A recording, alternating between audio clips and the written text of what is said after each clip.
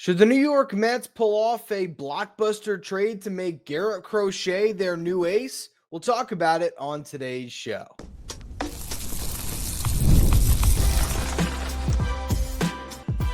You are Locked On Mets, your daily New York Mets podcast. Part of the Locked On Podcast Network, your team every day.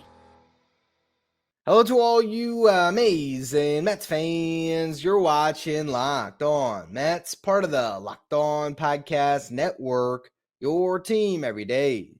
I'm your host, Ryan Finkelstein. If you want to find any of my work, follow me on X at Finkelstein Ryan. You can also find some of my writing at justbaseball.com, where I work as the managing editor.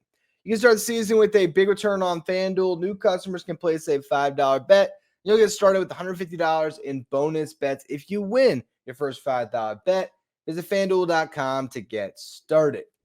And there's been a little bit of rumblings out there that the New York Mets might be interested in trading for Garrett Crochet this offseason. Crochet became an ace this past year, went from being a reliever his entire professional career, showed up at spring training with the mission of breaking the opening day rotation for the Chicago White Sox. He ended up getting the opening day nod, was unbelievable, became an all-star, and now has become one of the top trade assets available to the White Sox to deal, but for any team that is looking to add an ace this offseason. He was floated at the trade deadline. There was a lot of rumblings that he would get moved because this is a guy that was a relief pitcher, only has 2 more years of control, 2025 and 2026. So he was thought to be a guy that could be moved. But before the deadline, reports came out that Garrett Crochet would need a contract extension to continue to pitch out of the starting rotation for the rest of the year. And he also did not want to be moved to the bullpen. He wanted to stay on a regular rest routine because that's how he felt it was best for him to continue to be a starting pitcher moving forward, for it to be built up to continue beyond this year and really have a long, successful, healthy career as a starting pitcher. So that report sort of nuked his trade value and delayed this conversation until now. But the White Sox are still holding on to this trade chip, and you know they're going to try to cash it. So the question really is, what team does he go to, and are the Mets that team? But before we talk about the package and if the Mets should make this move, what are they getting? Because I said he's an ace. I talked about the season he just had, but let's really dive into the numbers on Garrett Crochet. This past year, he pitched to a 3.58 ERA. He made all 32 starts, but down the stretch, they tapered off his innings. They started to keep him to a strict pitch count. So he ends the year with 146 innings pitched. He struck out 209 batters in those 146 innings, struck out 35.1% of the batters he faced. Crochet is still only 25 years old. He's a 6'6" lefty who averaged over 97 miles per hour on his fastball this past year. And he threw that fastball 53.7% of the time. He also threw his cutter 28.4% of the time. So between his fastball and cutter, 82% of the time, this guy was throwing something with some speed behind it, some ched. The fastball is obviously the pitch that he leans on the most, but that cutter is a really hard pitch as well, averages north of 90 miles per hour. And that's really the main components of his arsenal. He's got a sweeper, which is a real, change of pace pitch compared to that cutter. Drops off the velo, significantly compared to the fastball. Got great whiff on the sweeper. That's a pitch you could probably take up the usage of, be even more dominant. Has a changeup he'll mix in against righties. That was really effective as well. The whiff rate on his four-seam fastball was 31%. That was the lowest of all of his pitches. Everything else was above 31%. And again, that sweeper's whiff percentage got over 40%. So this is a guy that clearly has nasty stuff. And if you just project out health and you say, yep, I'm not going to be worried about the fact that he just jumped innings to a drastic degree compared to what he had done previously, and you just assume that this guy is going to be able to take a starter's workload moving forward and pitch for you for at least the next 2 years where he's under team control. Even beyond that, if you extend him, he is an incredibly valuable pitcher. And I think you could make the case, quite honestly, just purely based on value relative to contract. Garrett Crochet is the most valuable pitcher in baseball. Why do I say that? Well, he's projected to make around $3 million in arbitration this upcoming season. That means he's maybe looking at $7-8 million with a healthy bump in ARB3. So if you're talking about a guy that might only make $10 million over the next 2 years to potentially pitch at an ace level, you're not going to find that anywhere else. Freddie Peralta is the other guy that I would look at as the best pitcher contract in baseball, the guy that is on the best deal. His is a contract that David Stern signed him to when he was still the president of the Brewers, and he's got 2 more club options left. He would be a free agent if he did not sign this contract. He's making $8 million this year, $8 million next year. So you have Peralta at 2 years, $16 million. You have Crochet at maybe 2 years, $10 million. That's why I'd say Crochet, relative to contract, is the most valuable pitcher in baseball. For comparison, Tarek Skubal is at a similar point in his career when it comes to arbitration, but he has been a starting pitcher his whole career, so he's projected to make over $11 million this upcoming season, coming off what we'll soon find out is a Cy Young season. So you have to understand the contract to get the value for Crochet. This guy is not going to come cheap when it comes to a prospect return because he is so cheap. When it comes to his contract, you pretty much have 2 options. Option A, you trade for him and you just enjoy the surplus value of the next 2 years. You give him a qualifying offer after that second year, you let him hit free agency and potentially walk. Or on the other hand, you leverage these 2 years of control and you get him to sign a really team-friendly contract extension upon getting traded. So here's sort of an example of what a contract extension could look like for Garrett Crochet if you made the trade. You might give him a 5-year, $60 million deal. Now, that doesn't sound like a lot, but hear me out a little bit. Let's just say you're going to give him $5 million in 2024 as part of this extension, $10 million in 2025. Now, all of a sudden, instead of making maybe just $10 million over the next 2 years, he's going to get an additional $5 million. He'll make 15 over the next 2 years. Then, for giving him that relative bonus, his first 3 free agent years, they might come at $15 million apiece. So for 2026, 27, 28, he's making $15 million a year. You put that all together, that's a 5-year, $60 million contract extension. Now, if you're Crochet, why not just gamble it, right? Pitch out the next 2 years, dominate, hit the open market at 27 years old, and you could make way more than this over those first 3 free agent years. But that's a big risk, right? You got to stay healthy. You got to continue to produce the way you did this past season.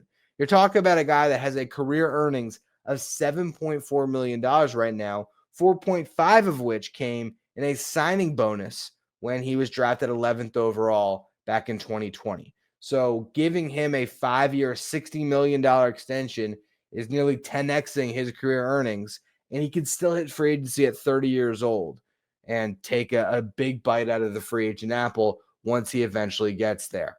This is where Crochet is extremely valuable because either way you look at it, whether you're just trading for him to be this low-cost ace for 2 years, or if you're trading for him and getting him to sign a team-friendly extension, you are looking at a player or a pitcher that will be of great contract value, assuming health. And that's the big question mark. It's 2 things that would keep you away from Garrett Crochet in these discussions. It's cost to acquire, and it's the risk.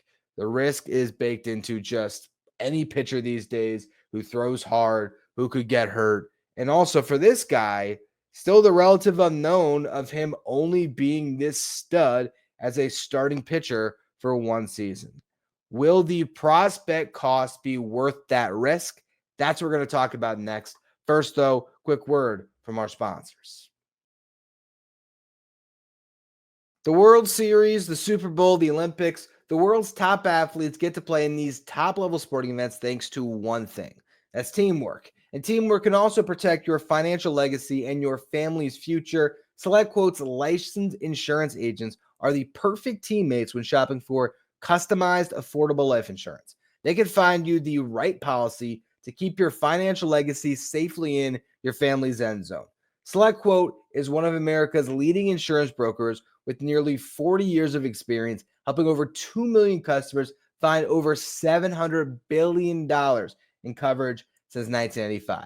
Other life insurance brokers offer impersonal, one-size-fits-all policies that may cost you more and cover you less, while SelectQuote's licensed insurance agents work for you to tailor a life insurance policy for your individual needs in as little as 15 minutes. And these policies are more affordable than you think. You could get coverage for up to $1 million for as little as $20 a month.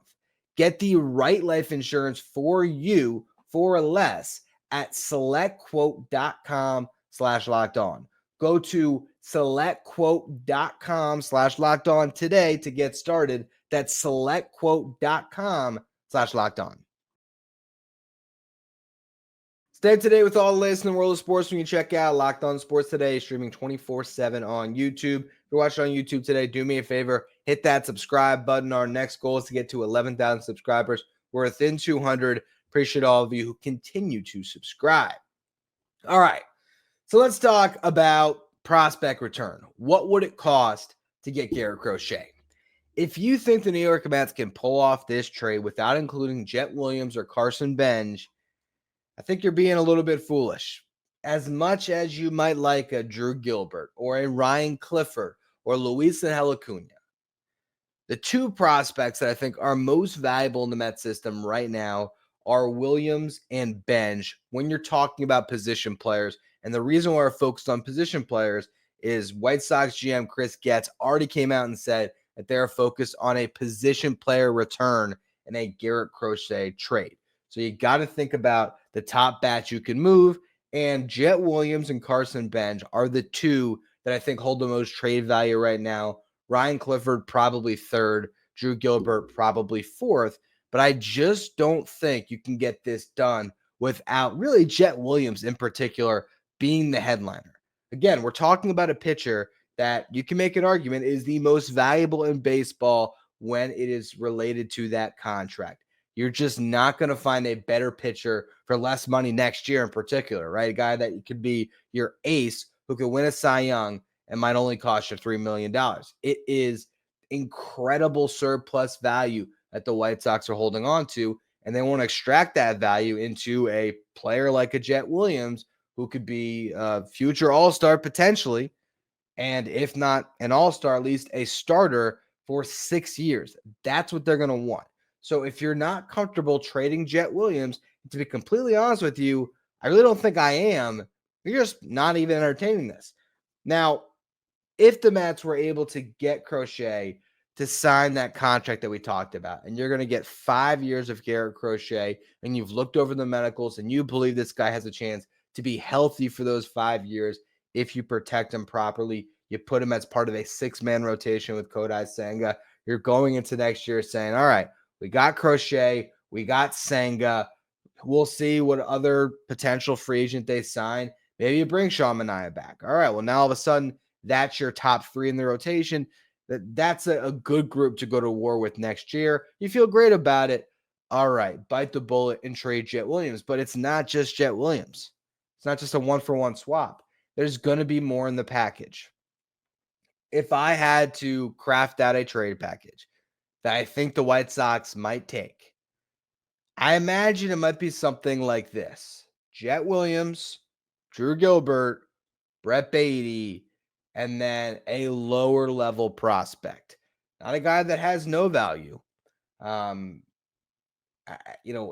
it be someone like AJ Ewing, right? A guy that showcased a pop this year, had some success in the complex league, got a promotion to low A, a guy that's still early on in his development. It's something like that, right?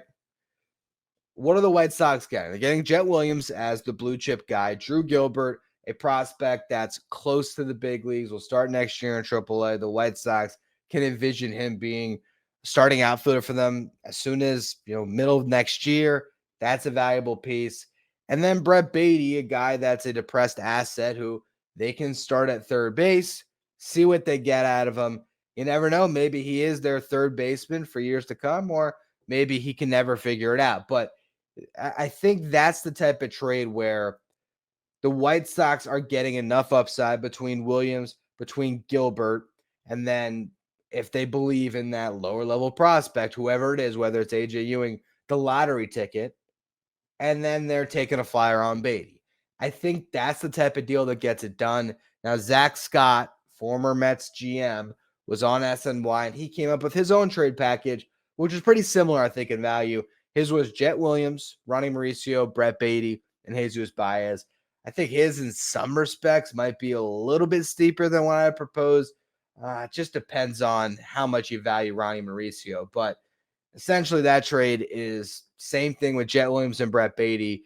You're looking at Mauricio instead of Gilbert, but Jesus Baez is a really good prospect. I mean, I had him in the top 10 of the Met system when I last did my rankings. I'd have to go back in and really look and see in my next update if he'd still be there. I think I had him at 9, but Jesus Baez is no small prospect to give up here. I think that's a lot more significant than what I'm describing with AJ Ewing. Point being, you're going to have to give the White Sox a couple of pieces they can really sink their teeth into. It's not just going to be Jett Williams, and that's the only piece that hurts. You're going to be giving up a couple of pieces that hurt. It makes sense. You're getting a guy in Crochet that can be your ace. And if you think about it from a monetary perspective, if you're going to sign Blake Snell as maybe a comparable pitcher, it could cost you upwards of $35 million. Jett Williams is not worth $32 million to the New York Mets. I mean, he might be in some respects long term, but right now, if you put a monetary value on Jett Williams, it's not that much. So that's where the other pieces come in and sort of level that playing field to get to a value that the White Sox are comfortable pulling the trigger on, especially because it's not just the Mets negotiating here. There's other teams that are going to try to get their hands on Crochet because he is that good and he comes that cheap. Ultimately, for me, I am just opposed to the idea of trading for Garrett Crochet and giving up on Jett Williams when you can just sign guys. To me, if Sean Manaea is 80% of the pitcher that Garrett Crochet is, sign him for $80 million over 4 years and don't even entertain the idea of giving up Jett Williams because it's Steve Cohen's Mets. You have the money. Just address the rotation through free agency. If this was the middle of the season and getting Garrett Crochet is the piece that puts you over the hump and potentially allows you to win a World Series, all right, I can be talked into it because there's not an alternative option where you're just spending to solve the problem. So fine, you have to bite the bullet and give up a Jett Williams to get that ace in the middle of the season. But this isn't the middle of the season. You have so many options at your disposal when it comes to left-handed aces. You have Blake Snell, Max Fried, and Sean Manaea all sitting there in free agency for the taking. Now, there's different degrees to it. Blake Snell and Max Fried are certainly better pitchers than Sean Manaea is, but you just watch Sean Manaea get the job done. So I just don't love the idea of giving up on Jett Williams. If you can get it done without him, I'd be, of course, more excited about it. But even if you're giving up Ryan Clifford, Drew Gilbert, and Jesus Baez for Garrett Crochet, I am all about that, honestly. But it's still going to hurt a little bit to give up those pieces. And I'd still wonder if you could have gotten a comparable pitcher just by spending more money in free agency. I don't think the Mets have to be cheap here. The way I look at Jett Williams right now is he is their best chance at a homegrown stud center fielder outside of Carson Bench, who you just drafted. Those are the two guys that you have in your system right now that can debut and be the answer in center field. And right now in Major League Baseball, center field is the toughest position to find. You might get a great defender out there. You might get a corner guy masquerading as a center fielder who can hit, but finding somebody that can hit and play defense in center, it's a short list of guys that can do that right now in Major League Baseball. You fit them on maybe one hand. So giving up on the potential of a guy that could be the center fielder of the future. And I really am starting to believe that that is what Jett Williams could be. I think because you have a Luis Angel Acuna potentially as your second baseman of the future, you have Ronnie Mauricio in that conversation as well. I feel like the Mets are going to push Jett Williams more and more to center field this year. I think they should do that. And I really think he could be your answer in center field by the end of this upcoming season. So giving up on that for Garrett Crochet, to me, it's just a pill I'm not willing to swallow right now. But if the Mets made that trade, it would not be an unfair one when it comes to value. It wouldn't. It's just not one that I would necessarily make. The one way that I would get my head around it a little bit is if you could end up getting Luis Robert in the trade as well. But then the package gets a little bit more steep. So I want to talk about that wrinkle because that's another guy that could be dealt, and he could be your answer in center field this upcoming season. So could the Mets get both Crochet and Robert in this same trade? We'll talk about it in just a minute. First, though, another word from our sponsors. Today's episode is brought to you by FanDuel. Get ready to tackle the NFL action with FanDuel, America's #1 sports book. Because right now, new customers can bet $5, get $150 in bonus bets if you win. The FanDuel Sportsbook app gives you everything you need to place live bets on the NFL all in one place. So when you get a hunch in the middle of the game, you can check out the latest stats, view live play-by-play, and so much more on the same page where you place your bets. And again, you find that ideal bet that you know you're going to win. Whether that is the Chiefs playing on Sunday, you believe it's going to be a game they're absolutely going to win. Whether that's LeBron James hitting the over on points, whatever you think is a lock, you throw $5 on it, you're going to get $150 in bonus bets if you win. Just visit fanduel.com to join today to get started with that $150 bonus bets offer if you win your first $5 bet. That's fanduel.com, America's #1 sports book. If you're an everyday listener to the show, make sure you become a Locked On Mets insider. This is our texting service where you get updates from me anytime news breaks in the Mets. You can ask me questions anytime. You can also take part in our Locked On Mets sign photo giveaways. If you want to be Locked On Mets insider, find a link in the episode description. Go to subtext.com/LockedOnMets. All right, so how about an even bigger blockbuster to discuss?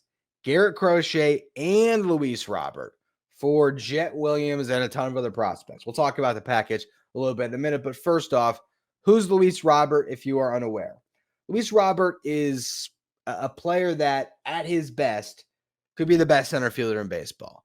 Now, getting to his best throughout his career has not come easy. In 2020, he had a .738 OPS, hit 11 home runs in 56 games.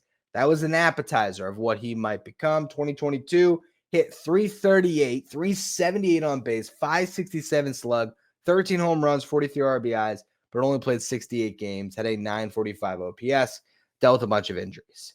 2022, he played in 98 games, hit 12 home runs, had a .745 OPS. Good, not great. Again, injuries. 2023, he stayed healthy. Hit .264, .315 on base, .542 slug, 38 home runs from the center field position, 20 stolen bases, 80 RBIs, .857 OPS, and elite defense in center field. This past year, 2024, again, injuries. Had a hip injury that limited him. He played 100 games, posted a brutal .657 OPS, hit just 14 home runs. So, what are we to make of Luis Robert, a guy that has dealt with injuries for a majority of his career, but is still only 27 years old? He's due to make $15 million in 2025. Then he has two club options at $20 million apiece, each of them coming with a $2 million buyout. So he's guaranteed at least $17 million, but any team that trades for him is probably going to pick up those club options because he is such an ignitable player, a guy that can be an absolute all-star, can be an MVP candidate, quite honestly. If he's at his best, he can be 40 home runs, 20 stolen bases, 100 RBIs, and gold glove defense in center field. How many guys can you say that about Major League Baseball? I'd say it's Luis Robert, Julio Rodriguez, and I don't know if there's anyone else that can hit 40 home runs from the center field position. I'm just racking my brain right now. I mean, Mike Trout, but when's he going to be able to be healthy and in center field again? So it's an absolute rarity that you have a guy that's this talented, but with so much risk. What are the White Sox going to do? In some respects, they sort of should trade him, because if he goes into next year and he's posting a 650 OPS again, or he's hurt again, how much value is he going to bring at the deadline? And then all of a sudden, you're pushing up on these club options. So now you're opting into $20 million a year, trying to hope and plea and pray that somehow, some way, he is going to flash again, and you'll be able to flip him at a deadline and get some value. This is the time for the White Sox to move Luis Robert, when he still has these 3 years of team control, where an opposing GM might look at him and say, man, the defensive metrics tailed off, the offensive numbers weren't there, but Luis Robert was playing on the worst team in Major League Baseball, and maybe that stink just got all over him. And you get him into a winning situation, you get him into your clubhouse with your players and a chance to win, and you might get the best out of this 27-year-old, and he can be the reason that you win a World Series. That's how good Luis Robert could be. But there is so much risk. So the question is, how much more do you have to throw into a trade package to get him?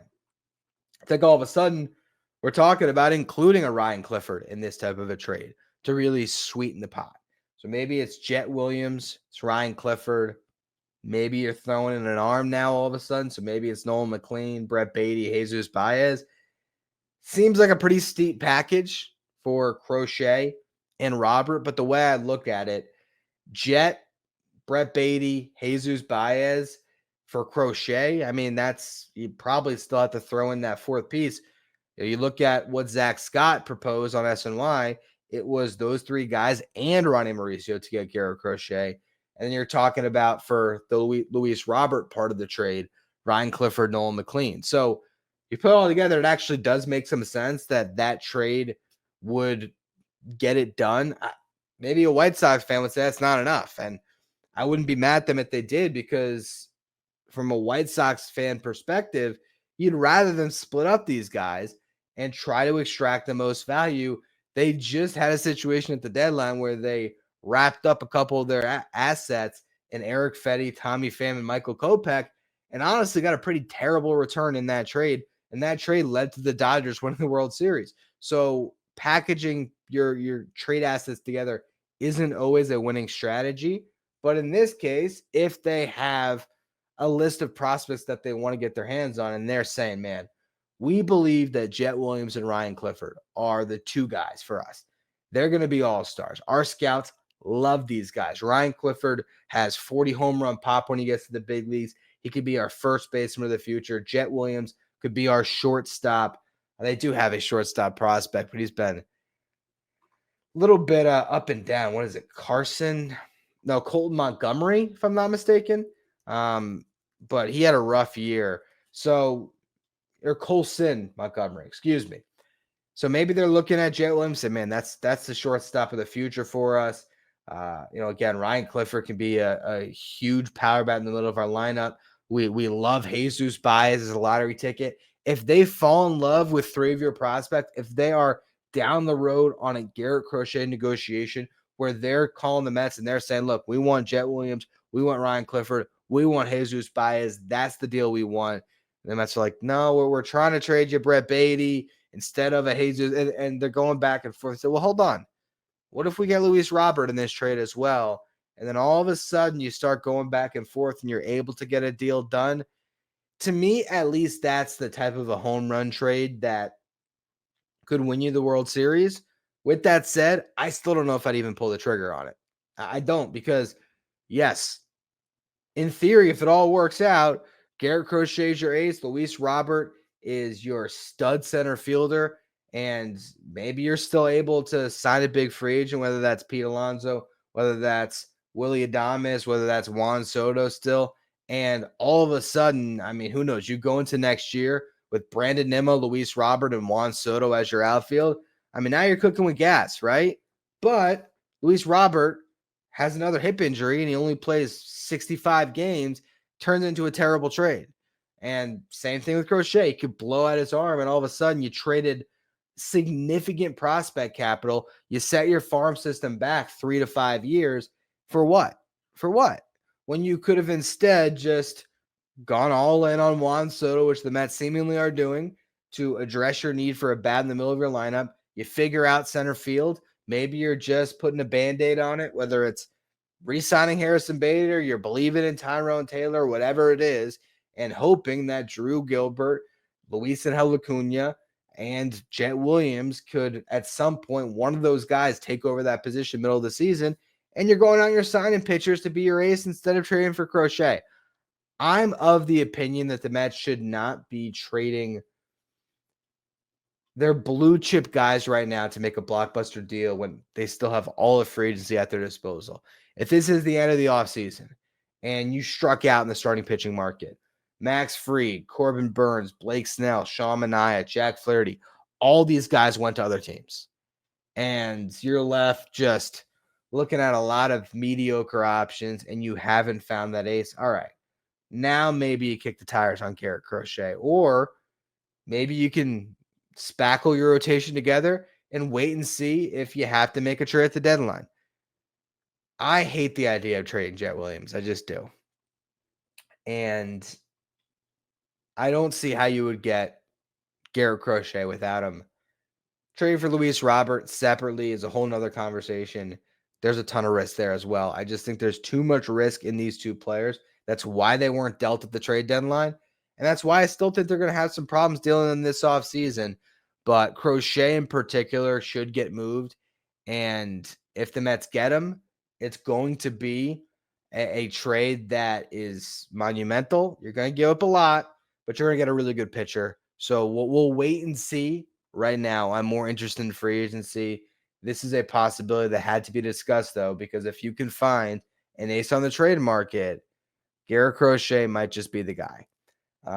Other guys that are out there we've talked about, Luis Castillo potentially, Pablo Lopez. Those guys who are making more money might not cost as much. And I think that's also another area I'd be more attracted to in the trade market because you're using your money and you're not using as much prospect capital. We'll see how David Stearns plays it. But for now, that's going to be all for this edition of Locked On Mets. We'll see what tomorrow's show will be. I'm going to wait and see if there's any news of the day to discuss. We're still waiting to hear any of these reports on a Juan Soto meeting. That will get a podcast at some point because I promise you, when the Mets meet with Juan Soto, John Heyman will have a story in the New York Post about it, about who was there, what was discussed. Details will be leaked if there is a meeting. Well, there will be a meeting this week. So whenever that happens, we'll do a show on it. I also want to do a show on Jordan Montgomery and other depressed assets that could be on the trade market. So that might be something we're talking about tomorrow if there is no Juan Soto news. Until then, I appreciate all of you for tuning in. Make sure you follow, rate, and review wherever you get your podcast. If you're watching on YouTube, hit that subscribe button. If you want to be a Locked On Mets insider, find a link in the episode description. Thank you for making Locked On Mets your first listen, your first watch every day. And for your second watch, head over to YouTube and check out the first ever 24/7 streaming channel that covers everything the world of sports. We're talking about Locked On Sports today with our local hosts from each team, league-wide hosts from each league. Find Locked On Sports today streaming 24/7 on YouTube.